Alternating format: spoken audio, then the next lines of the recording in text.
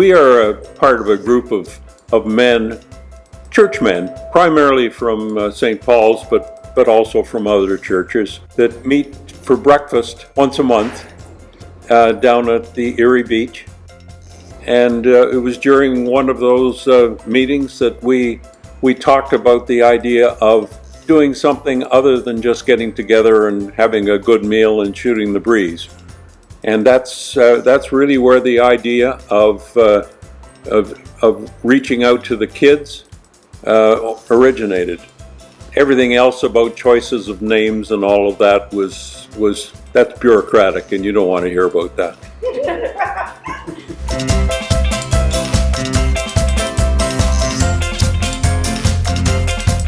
Yes, and it's very short and very sweet. Our community kids matter.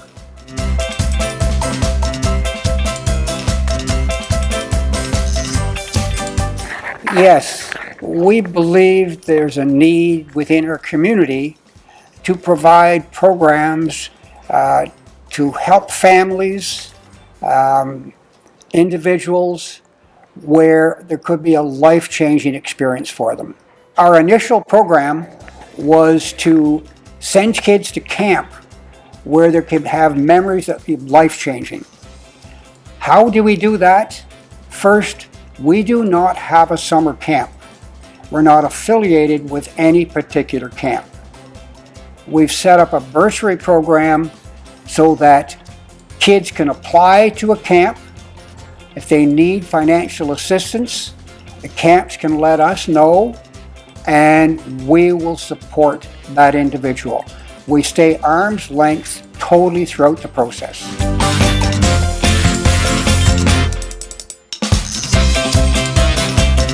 We started, and in 2018, we hoped to send 4 kids to camp. We ended up 7. 2019, we figured, okay, maybe we'll get 10 kids to camp. We had almost double.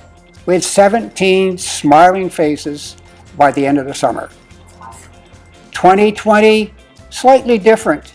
We had planned to send 25, and because COVID moved into Port Dover and surrounding area, we only sent 3 kids that summer. Our target for 2022, COVID permitting, will be 25 plus.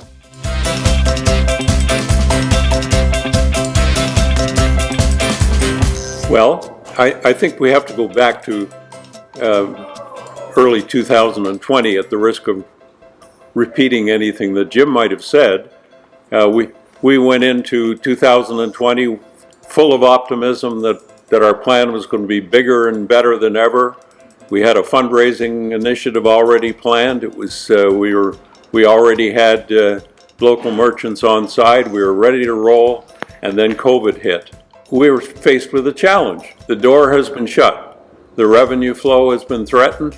The use of the monies has been severely challenged. We met as a group. We said, challenges create opportunities. Do we cut it? Do we cut our losses, or do we keep on going? And for a number of reasons, we thought that keeping on going was the way to go.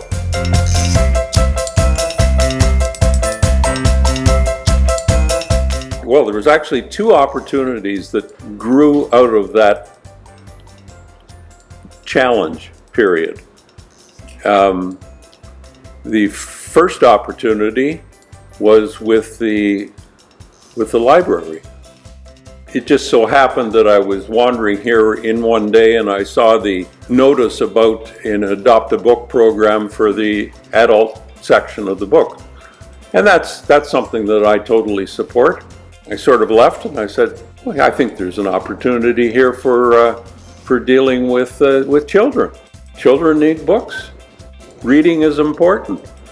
And despite the fact that the library was virtually closed for the whole month of April, which was the year in which, or the month that was designated, and I'm speaking of April 2021, I think it was, it certainly met the objectives that we had set for the first year.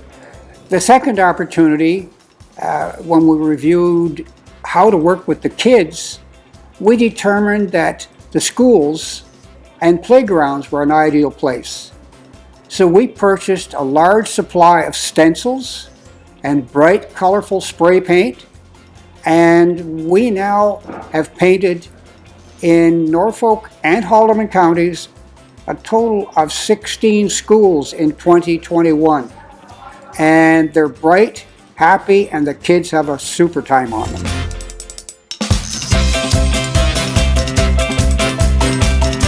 Well, I guess the first thing we can look at is we're changing the name of AFFA. The new name will be AFFA, the number 4, Kids. We believe that change is significant because that's our mandate, the kids, okay? We'll have a logo with that as well. We're looking at the full resumption, hopefully, of the summer camp program, which means we will be having a camp fair where parents, grandparents can come to see what potential camps the kids might want to go to. We'll be looking at a significant change in the Norfolk County Public Library Challenge, and we'll continue with the stencil program. We've actually just secured a new supply of stencils and a fresh supply of paint.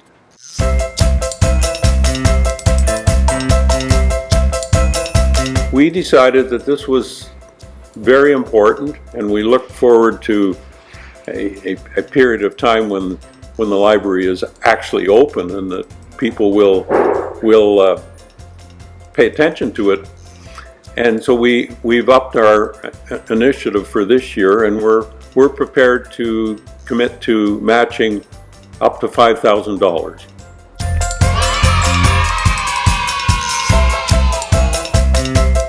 I'd like to say a big thank you to the entire community. We want to thank all of our sponsors. We've had grants. So we've got local residents who've supported by providing donations for our fundraising. They've also come in and provided cash for our fundraising. All the local merchants and restaurants have supported us.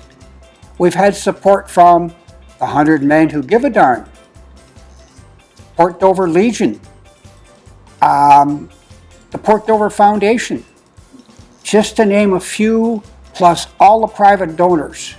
We just want to say thank you very much.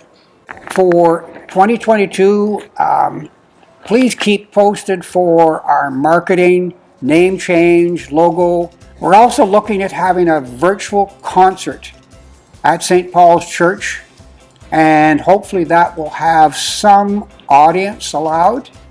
And there'll be other marketing things both on the radio, the newspaper, websites, etc. So keep posted.